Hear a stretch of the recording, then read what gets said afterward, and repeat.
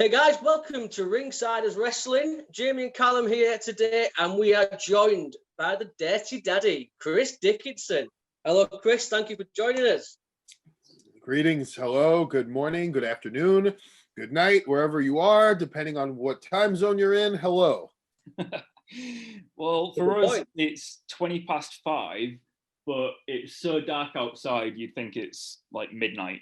I hate it when the clocks go back. Yeah. What part of the UK are you guys in? Are you in Scotland? In Yorkshire, north of England. Yorkshire? Cool. Yeah. Have you wrestled in the UK before? I'm sure you have. I have, and I've been in northern UK pretty extensively. Right. So I've never been to Scotland though, but I've been like as north as what's like the most north you could go? Newcastle. What? Newcastle.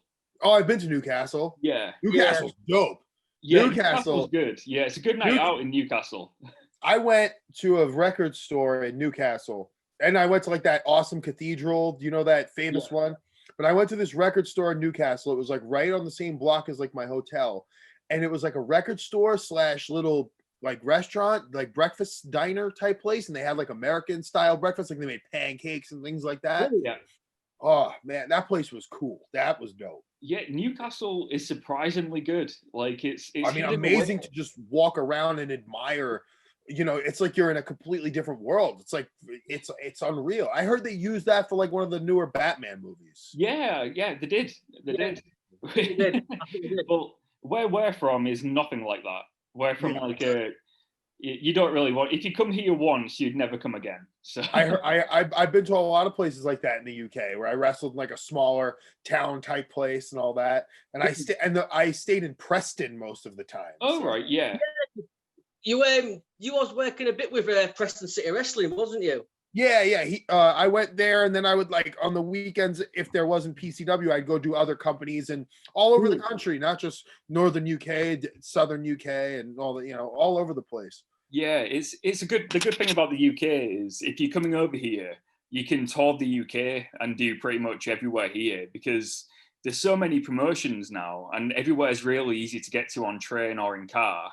Yeah. Whereas in America, you kind of sometimes stuck to the same few states because America's so big.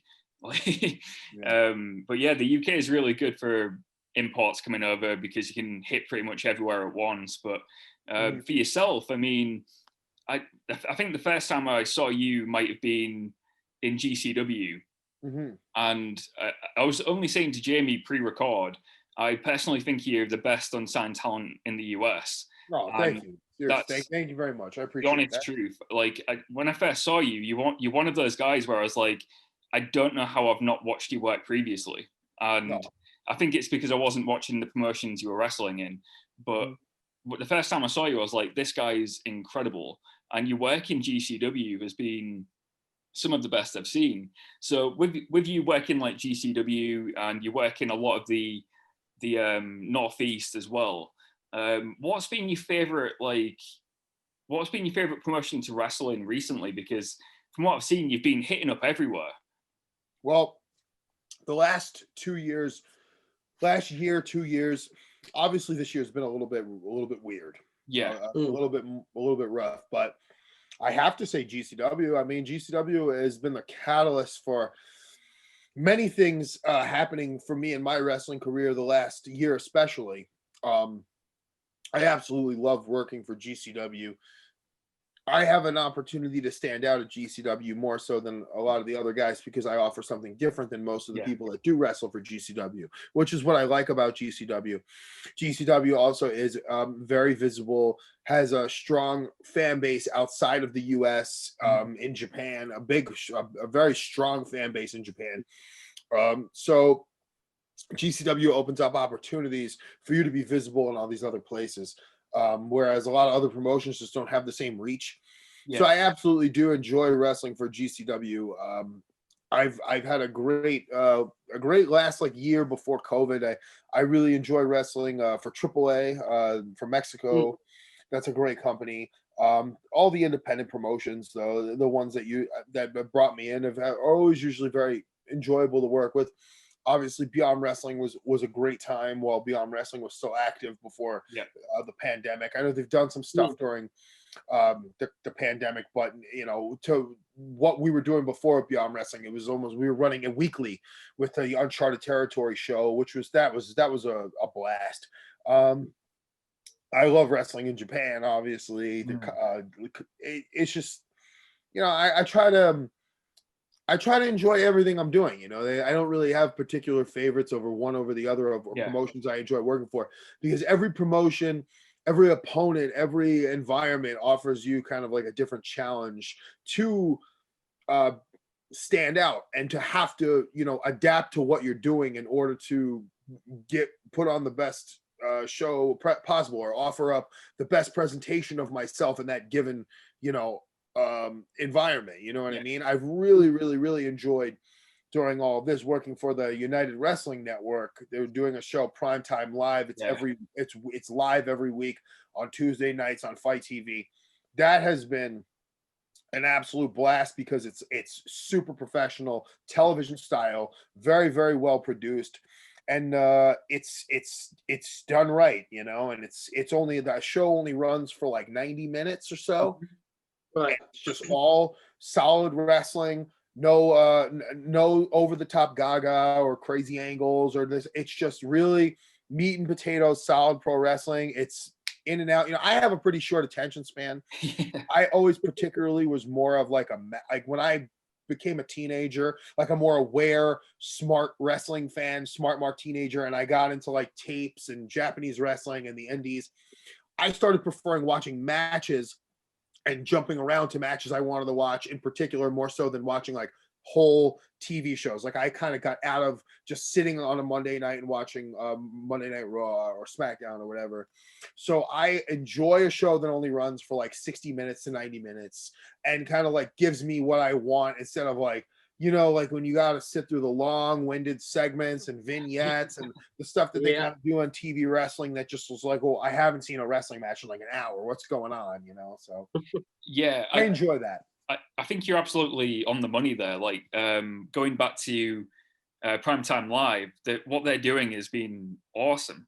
And it's like last year when NWA Power debuted, that was just 1 hour of wrestling, but it was so good from start to finish. It was just a few angles with some, like you said, very meat and potatoes wrestling, but it was so solid. Like it was such an easy hour of wrestling to digest. And I feel like it's the same with this as well. So hopefully more promotions will start doing that kind of television and content, because I think it is something the fans are enjoying, especially NWA Power. It'd be great if that came back soon. That's somewhere else I feel like you'd do well for yourself. Basically because you've got, you do have that style where you're like a hybrid of styles, where you can do that strong style. You've got that Japanese influence, you've got the powerhouse style, but you can also do technical. And why do you feel like that's because you've watched so much wrestling over your career? Like even as a fan, you were a fan of like Japanese wrestling, and what do you think's influenced your style? Many things. I definitely think you hit the nail on the head with what you said. Being influenced by wrestlers that kind of brought multiple styles to the table, and training with so many different people. I started wrestling when I was really young. I first got into the wrestling business and started getting into the ring and training to be a pro wrestler when I was 15. And I already had a pretty extensive martial arts background before that, because I grew up doing karate. I grew up doing judo. So when I got into wrestling, I kind of had like an idea of the type of wrestler I wanted to be, right? Yeah. And then all I did was gravitate more so towards the wrestlers that I felt I could relate to, because I did martial arts. So I before I got into Japanese wrestling, like really like was exposed to that, or the indies at all, I was obsessed with like Rob Van Dam, because he was like a martial artist. He was really cool. He had a great look. He was a high fighter, did the flashy stuff. He was really cocky and arrogant. It was fun. He was fun to watch. But the more I started to get exposed to other wrestlers that I felt like I could relate to, I started wanting to take bits and pieces from them. But, like my influences, you're right. A lot of it, I'd say, definitely comes from watching so much wrestling, having so many influences, and then eventually narrowing it down to like, who are your favorite ones? who are the ones you like the most, like who do you want to emulate, and then not just taking moves, not just studying body language, watching the way wrestlers' game plans would unfold during matches. Like Keiji Muto, he's one of my all-time favorite wrestlers. He's like, I guess if you want to put him in ranking, he's like my number 2, right? If Kenta Kobashi's my number 1. Keiji Muto, to me, even the great Muta, like, he's a wrestler you watch. You could take so many things away from watching his matches. His footwork, his presentation, his charisma, his body language.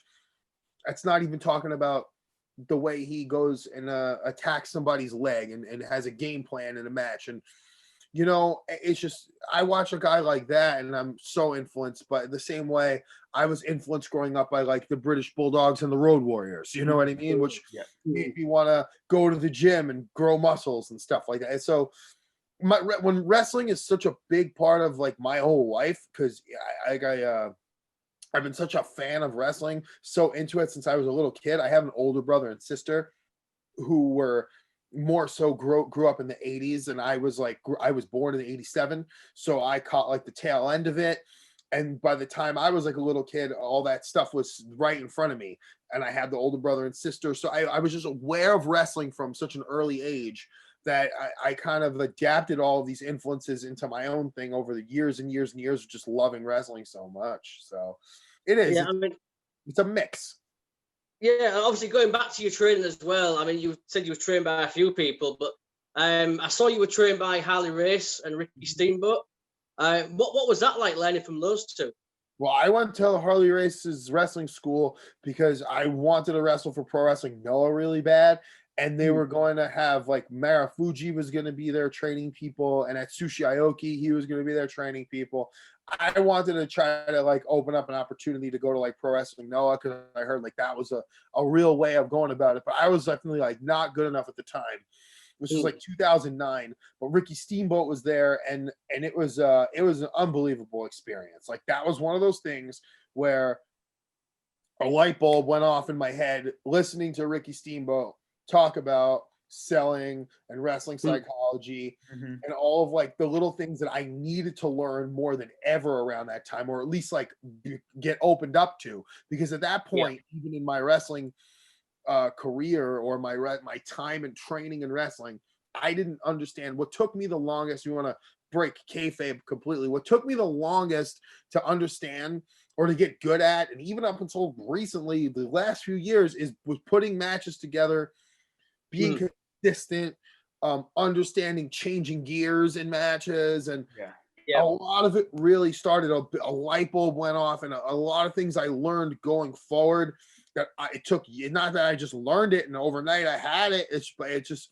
Ricky Steamboat, listening to that dude talk about selling, about comebacks, about fighting back, about all those things really opened up my mind and changed my whole game up. It's made me start recognizing things that maybe I wasn't really too smart about yet, but that's the thing. I had to pay a lot of money. I was only like 20 years old. I had to buy my own plane ticket. I had to go pay for a place to stay at. I had to put a lot of work into going and getting that experience. And that's all a part of a young wrestler's journey. Not everybody has the same path.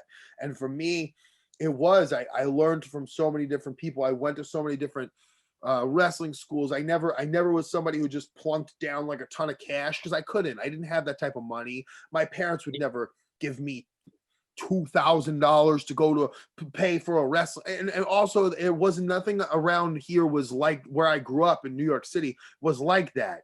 I would pay $10 to go train at the Jersey All Pro Wrestling School each time. And that's like how I started. Or I went to Chikara when it was Chris Hero, Mike Quackenbush, Claudio Castagnoli. And I'd pay like $15. I'd have to get a ride to Pennsylvania from somebody from the area who I could meet up with. It was always like a hustle to have to go get wrestling training. So, when the time came, I had an opportunity to go, be able to say I trained at Harley Race's school and I got to do like a couple days with Steamboat, or I got to train with Marufuji, and those are experiences it's worth saving your money up for and going out and receiving that type of training, because those are opportunities that are not going to come. And maybe if I was good enough, or somebody was good, they could have gotten an opportunity to go wrestle Pro Wrestling Noah, or I know Ricky Steamboat was there for WWE. So it's just young wrestlers out there. You always want to be putting yourself in positions to learn and to open up opportunities for yourself by showing up, and just being a sponge and taking in as much information as possible. And a lot of stuff you hear sometimes, man, maybe some of it's bullshit, or sometimes you don't want to hear it, but just take it in here. If it goes out there because you want it to, sure. If it doesn't, keep it here in the back of your head. The business is full of information. You gotta learn the hard way sometimes. I think that's what's awesome about wrestling. Go on. Sorry, Jamie. I was just going to say, before Callum asks you anything, touching on your training as well, it's someone we never really speak about much. It's someone that I know me and Callum are big fans of. But you also trained a bit with Nunzio, is that right? Okay, so that guy taught me how to put together wrestling matches. I went to train with him before I went to the Harley Races school, because I wanted to get myself prepared for that. And when I trained with James Nunzio, I was totally still only had the training I had when I was in high school, and I was trying to crack myself back into the business, get into wrestling and take it seriously this time. I didn't wrestle for 2 years. I stopped when I was 17 or so. I did it for 2 years. I did small indie shows. I trained. I did small shows under a mask, or I was a kid, but I was a big kid. So I would get put in 4-way matches, or 3-way, or the spot fest matches, or whatever, Didn't really know what I was doing. So I went to James, and James kind of taught me how to put together wrestling matches. And I remember the first time I got in the ring with James and we were we're going to have a match against each other, in training. I was shit, this is so much more serious than I imagined. He's going so hard. And I'm do I need to go this hard? I guess I really need to step it up. So I was really learning. I learned more from him than probably anyone in my early days of training about fundamental professional wrestling. And he put a lot of things in my head and prepared me for the future. And I owe that guy a lot, because he was an amazing trainer. He's a very underrated guy. Yeah, so the words out my mouth. He does not get his just due of how great of a professional wrestler he really is. But that's just not him, though. He's not an arrogant guy. He's not a cocky guy. He's not a needy guy. He doesn't put himself out there in the spotlight. He's just a workhorse type guy. You know what I mean? Yeah. He's awesome. Nunzio had some of the best matches in WWE that no one saw, because they're on Velocity. And week to week, he'd be putting on clinics with Paul London, Billy Kidman, all that Velocity 2003 era guys. And I was just blown away by how good Nunzio was, because dude, he was in the UWFI. I mean, that's a whole part of my career. Now I'm really deep diving and now exploring. I'm training with Josh Barnett, really starting to accept, understand, and learn and bring in the aspects of real, true catch as catch can wrestling into my repertoire. Yeah. James was trained by Billy Robinson. James was in the UWFI. I mean, this is a guy who has legitimate credentials, as well as, he's a great entertainer. Yeah. He's like a jack of all trades type guy. He could do it all. So I thought that training with him was something that would help me, and it helped me tremendously. Obviously a good career move for yourself, though. It sounds like it really got you ready for the next step of your training. It definitely was. It definitely did. It helped me a lot. I needed that big time. And James was a big help in my wrestling career early on, definitely. So after all this training that you've trained with some of the greatest of all time. Like you said, you're a sponge and you absorbed everything. A lot of people say that you never really stop learning in wrestling. There's always something to learn, whether or not you're a trainee or you're Ric Flair. There's always something to learn. Do you feel like that's definitely true? I'm still training. I mean, I'm still going on training excursions. I spent a week in LA just training catch wrestling with Josh Barnett, Harry Smith, Eric Hammer. I mean, these are guys who are like legitimately trained killers, super good catch wrestlers. And I'm, just trying to, like, I have a background in grappling and jiu-jitsu, some wrestling, but these guys are like the best at it. So I want to train with those guys. Yeah. And I had the opportunity to do so. And I mean, of course I'm going to jump all over that. If I got to take myself out to LA for a week or however long, I'm going to do what I have to do to learn. It's because I'm trying to constantly make myself better as a pro wrestler, because like you said, it never really stops. I think that's a huge problem with the business now, is you have so many guys and girls who go to training, wherever they go to training, they learn to wrestle, however they learn to wrestle, and then they start working on the indies or the show. And some people get over and then they stop training, and then they stop practicing, and then they just whatever they are, and then that's it. I've been in the ring since I'm 15 years old and I'm still training. So is that because I love professional wrestling? Sure. Professional wrestling is something different to so many different people, right? Especially now, that term that was kind of made famous, pro wrestling is for everyone. I mean, I heard a lot of people say pro wrestling is not for everyone. Okay. And it really isn't. It really isn't. Or maybe it shouldn't be. I don't know. But the fact is, there are a lot of versions and ideas of what a pro wrestler is or could be. It's very subjective, right? But me, what I'm trying to do, the way I stand out, the way I want to present myself, the pro wrestler I want to be, it's much more than just what's going to help me be successful. What's going to help me get to the next level of success. It's more about, I love professional wrestling and I want to, be well versed in all these different aspects of it, because that's what interests me, Yeah. Well, I think you've hit the nail on the head again there, because as a fan, when I'm watching, I like knowing that the wrestlers in the ring are passionate about wrestling, because you can feel it and it resonates and you connect with them easier when you share the same passion as this wrestler. And I think you can tell sometimes that some people maybe aren't as passionate, or they may be phoning it in a little bit, and it kind of takes you out. So just speaking to you right now, and you're saying you're never going to stop improving or trying to learn new things, that just instantly makes a connection as a fan. Like, I feel like that's the mentality everyone should have in wrestling. Like, you should always be trying to improve. You should always remember that you're a fan as well. You love wrestling and why you love it, because it just makes it so much easier to connect with the people watching. Yeah. Wrestling is my life. I mean, it's kind of like a cliche statement, but it is. Like, I'm single. I don't have a family. I don't have kids. I don't have anything tying me down. Pro wrestling is what I enjoy the most. Yeah. Never more than ever this last year, especially. And I feel like I improved the most the last 6 to 8 months of this whole fucking mess, because I literally had nothing to do some days but watch so much wrestling. Having had so much experience in the ring, wrestling 2, 3, 4 days a week sometimes the last 2 years, having been so well traveled and versed, and having to mix it up with different styles, and now taking it back to just my mind and watching all the things that I loved so much, maybe rediscovering it, or maybe watching it with a different eye now, and just it was game changing, going back and watching so much stuff the last year.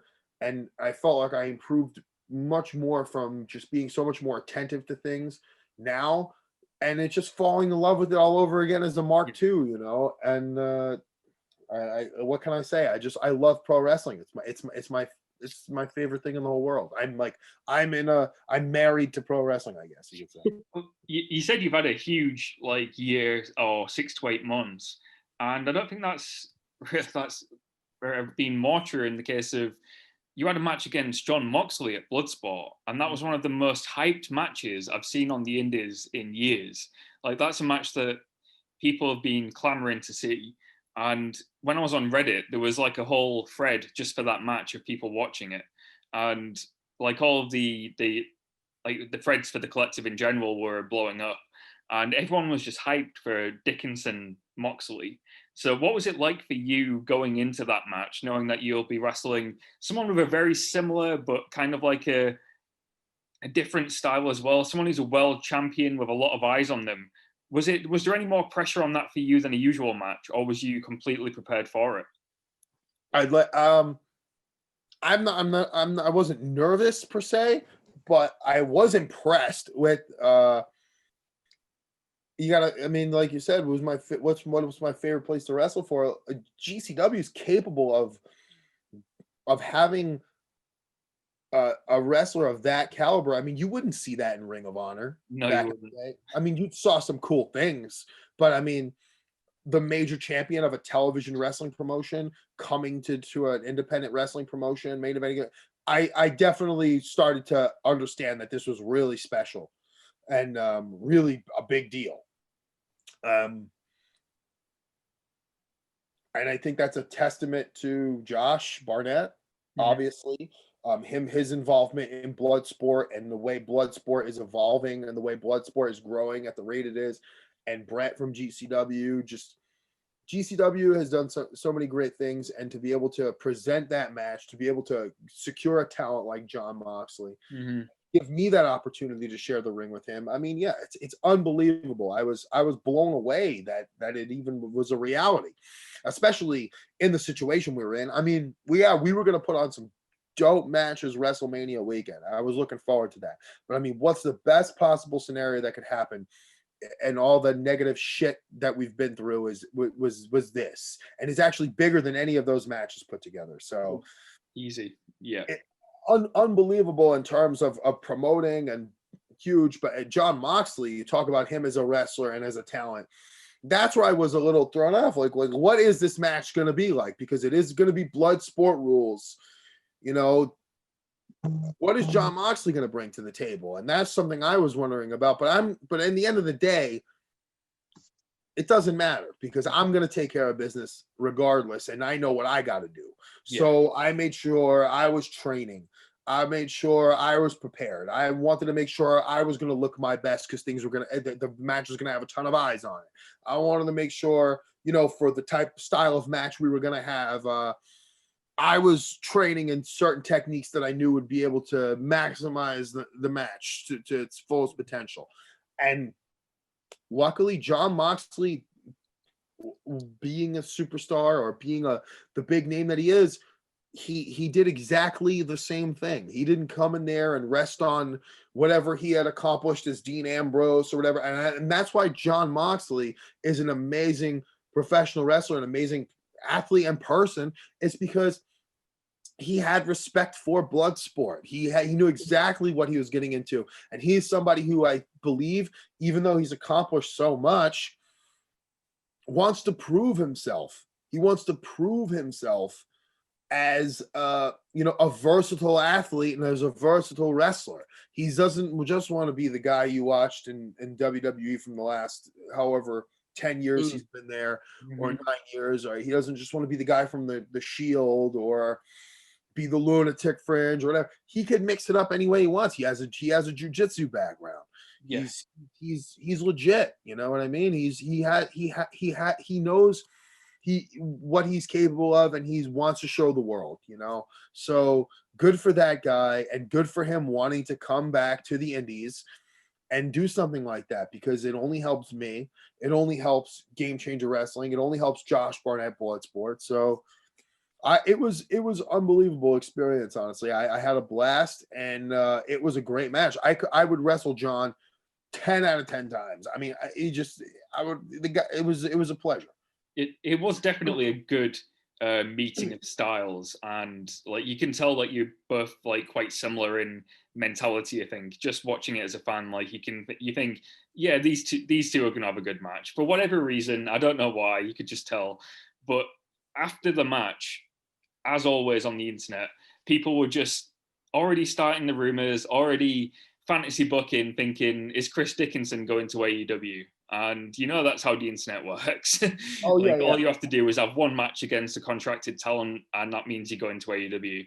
But it is, I mean, obviously, a lot of people we speak to, it is on their radar. Is it something that you want to do down the line, or are you happy with where you're at now and you wanting to still learn before you sign a contract with a major company? To be honest, well, it's like you got to think like pre-COVID, post-COVID, and all that. I was absolutely loving the position I was in with independent wrestling. Going forward from 2019 to 2020, it was incredible, and I was, making pretty decent money doing it, and I was happy about that because it was all on my terms. And when it's on your terms and when you're completely independent, you have control and you have the power. Mm-hmm. So, you hear a lot of stories about guys who get tied up into contracts with these bigger companies, and, then you're kind of like at their mercy and this and that. To be completely honest, after I wrestled in Japan in February, I knew that that's where I left my heart in Japan. I should have been back to Japan twice already this year. So my goals were set on basically finding my career, going over there in a permanent, kind of a permanent to semi-permanent basis. So to say, is that something that would interest me? Of course. Entertaining any idea or any offer from any company would interest me. But my goal is to wrestle for New Japan Pro Wrestling full time.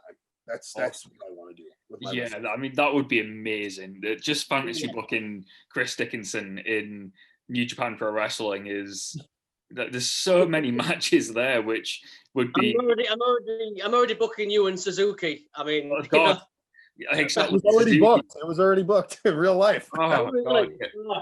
Suzuki. I mean, even an Okada match would be phenomenal. Oh please, that's like my dream opponent. I used to wrestle Okada. He's definitely in the top. He's the top of the mountain of like dream opponents for me. Right. Yeah. I mean, that would be amazing. And I think it's you're one of those wrestlers where you're lucky enough that I think you're a lot of people's dream matches in certain promotions, and I think New Japan would be no shortage of dream matches, like Okada, for example, like Jamie said, Suzuki. So if you was to go to New Japan, I mean, you said Okada is your dream match. Obviously, I'm guessing you'd want to compete in the G1, for example, and I mean, it's got to be a popular list. I love I'm not the biggest like. I'm going to use this word and not say it like offensively. I'm not like the biggest whore for myself on social media, especially like on Twitter. I'm pretty conservative about certain things. I'm down to earth. I don't really live in like my character or whatever, or that probably hurts me or makes me less attractive on there. But I do my business in the ring. I'm behind the camera. That's in front of the camera. That's my deal. So. But I do obviously vanity search and all that, and I will always see tons of tweets about like Dickinson in the G1, and I'm just like, God, please God. I thought this year's G1 was awesome. Did you guys follow it? Yeah, we did. Yeah. It always produces such good matches. I don't think I've ever been disappointed with a G1 as long as I've been watching New Japan. Always produces. The New Japan is since they started running again post COVID, it's been the most fun promotion to watch, and you have to absolutely commend them for the way that they've obviously, I guess, handled getting fans back into shows and putting on the wrestling they have. I mean, they've been far and away the most fun, consistent promotion to watch throughout all of this COVID-19 stuff. And that's not taking away from anything like Pro Wrestling Noah is doing, or DDT, or 01, or etc. But I just don't follow those promotions as like closely as New Japan Pro Wrestling. So, all the companies over there have really been doing good things the last few months. But yeah, New Japan, it's just like, if I wanted to wrestle there before, now I can't wait. I want to wrestle there so bad, so that's where my goals, I was setting my goals up for the future. But that, like to say, in the times we are in now, of course, I would absolutely entertain any sort of an offer or a possibility working for any one of those promotions, where be it WWE or AEW or something, you know. So your personal goal is to compete in New Japan in the G1, but your professional goal, yeah. Obviously, before as well, we let you go as well soon. I have to ask you, because I watched the match again today. You versus Priscilla Kelly. Oh, awesome match. she's tremendous, isn't she? She's really is some wrestler. Yeah. I mean, she just looks like such a tough SOB as well. I mean, she's tough. She's in great shape. She's tough. She has an actual like she is one of those individuals that we were speaking about earlier that I feel doesn't stop learning or doesn't ever try to stop learning or trying to get better. She's someone who kind of like thinks outside the box, but she's always trying to be consistent about improving and being a good wrestler. She doesn't like ever think her shit doesn't stink, you know what I mean? And she probably could. She's like has a ton of followers on social media. She's, you know, very well known throughout the world for who she is in professional wrestling. And but she's humble and she's a hard worker. Yeah, I mean, I'm just thinking, you hear a lot of people that, you know, are against intergender wrestling. I mean, I, for one, done correctly, I think it's brilliant. What's your thoughts? Because that today, I watched it again, and it really was a fantastic match that you two put on. Okay, so like I said earlier about depending on where you wrestle, all these companies offer different challenges based on, you know, who you're wrestling, presentation, whatever. Wrestling girls, it's like sometimes I always wonder, I'm like, did wrestling all these girls over the years definitely hurt my career? I don't know. Did people, because, you know, a lot of like people in power at certain places would look down on it, and people don't like intergender wrestling. I always looked at it as like a challenge of storytelling and being able to have a match with someone who is maybe a lot smaller than me, or, you know, not as strong as I am, or, you know, I always kind of just treated them like I would treat any other opponent. Instead of wrestling them like they were a girl, I'll wrestle them like they're like anyone else. I felt like they deserved that respect. Yeah. As well as it just based off of necessity. There was times where the girl didn't have an opponent, or who's this girl, you know, back 10 years ago when we started doing this stuff, like maybe there wasn't as many good girls, but there'd be some, and like, let's try to maximize their performance capabilities by wrestling someone more capable with them. You know what I mean? Giving them more of an opportunity. Even if it comes as a sacrifice to me, looking like a bozo, getting beat up by a girl. Well, okay, I get it. What, you know, we could talk about how it hurt the business. Well, it did this. Well, it did that. It's like, listen, I wasn't out to hurt the business. I wasn't out to like start a revolution or nothing. I just was trying to give girls a fair crack, you know, and wrestling them like I would wrestle anyone else. And like I said, it offers a challenge in order to have to tell maybe the story a little bit differently. And I feel like over the time I got better at it and I improved at it. And now I'm able to, I thought that the match with Priscilla was solid. And that match was not easy. It was like 100 degrees out there. Yeah. And the sun was glaring. And the first move I gave her, that stupid spinning slam that I don't know why I felt like showing off, I dropped her and her elbow absolutely crushed my nuts. Oh, no. Did you notice I got up and stood there for like a few minutes and I didn't do anything? Yeah. Oh, God. That was like, did you notice I literally went to go get out of the ring? Like my body was just literally like, I have to leave. I thought I was going to throw up. I was like, oh my God. And then that match, it was so, you know, testament to her. She was prepared, you know, because I hold myself to a high standard, you know, I would never give up or bail out or whatever, but that was rough. That heat was serious. So, you know, but still, I thought we told a good story in that match. I thought she looked strong. I thought I still looked strong. And intergender wrestling is a thing that's just, it's a part of wrestling now. Yeah, absolutely. Well, I agree. That's the thing that's always baffled me. You get these people who are absolutely fine with like they can suspend disbelief enough to believe that The Undertaker was really dead, but they can't believe that like a woman can put on a good wrestling match, or you know, they're okay with a 5'4" dude taking Brock Lesnar to the limit, but they're not okay with a 5'4" female who's really talented having a good competitive wrestling match. And it's like it.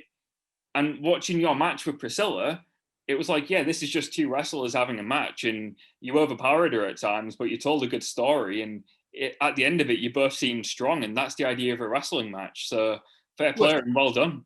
I'm not too much of a man to admit, or I'm not like a big tough guy or whatever, to admit that if I had to like get into the octagon or a ring and just kickbox with someone like Harley home, she's probably gonna knock me the fuck out. Yeah. You know what I mean? Or it's just like, I don't know if I'm skilled enough to take on someone of that level, but she's a girl, right? So you would just expect I would overpower her and win. Yeah. Girls can beat you at anything. Yeah. You know what I mean? There's girls who are so highly skilled out there that they could defeat you at anything. In professional wrestling, don't forget, regardless of what we're supposed, obviously it's so out there that we all know it's a show. We're still putting on a show. This is in depending, it doesn't matter what your presentation is, what kind of athlete you are, what kind of professional wrestler you are, we're still putting on a show. And we have the ability to kind of like mix it up and tell different stories. So, you know, there's another match I really I've loved a lot of matches I've had with girls.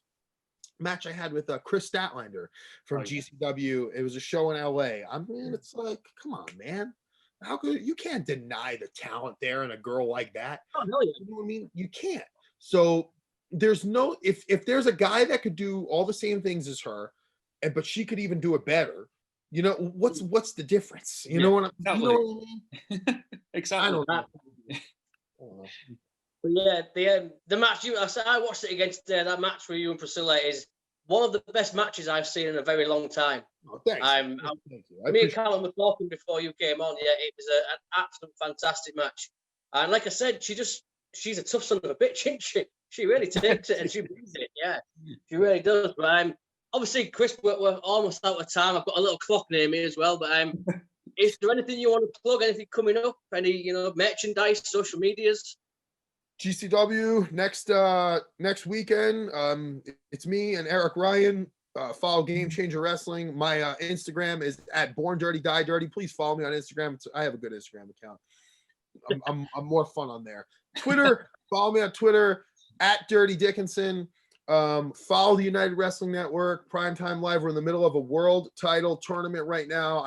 I just got past round 1. That's every Tuesday nights live on Fight TV. I got some things in the works. Pay attention, guys. Hopefully they'll make everybody happy. I know they make me really happy, so that means everybody will be happy. Pro wrestling is alive. We're doing our best to keep it going during all of this really horrific bullshit, whatever way you look at it. You know, this is what makes me happy. I know it makes a lot of people happy. So if we could all just kind of like come together, do this pro wrestling thing and keep it going, that's what I love. So. Well said. Absolutely. Yeah. Could not agree more. Wrestling's been keeping a lot of people going through these shit times. So I'm just thankful to still have wrestling in some form in my life. So. Yeah. Let us create it. If I could tell the fans one thing, let us create it, man. I'm telling you, there's a lot of people who are like, maybe you shouldn't be doing this. They shouldn't be doing this. It shouldn't be that. I'm being honest with you. The companies that I work for, they're doing their absolute best to try and keep things as safe as humanly possible. There is no such thing as perfection in this world. And there's always going to be someone who's going to do something wrong, or someone's going to do this, or someone's going to say this on Twitter. I would be honest with you, and I would tell you if people were screwing up or not doing anything right. I wouldn't work with hacks. I wouldn't work with people that were doing stuff, wrongfully. GCW is doing the right thing. They're handling the live events properly. People are going to attack GCW because they're the top of the mountain. It is what it is. You want to go to a wrestling show, don't feel bad about it. Wear your mask, bring your hand sanitizer, socially distance, whatever it is you got to do. Just enjoy pro wrestling. Let us enjoy it. Let us go to work and do what we have to do, because I got bills to pay. So yeah, we got to keep pro wrestling here, baby. Hell yeah. Couldn't put it better myself, Chris. But honestly, man, thank you so much for your time. It's been an absolute a guy we've wanted to speak to for a long time, and hopefully we can get you back on as well at some point down the road. Absolutely. Thank you so much. But we are Ringsiders Wrestling, and he is the Dirty Daddy, Chris Dickinson. See you soon. Peace.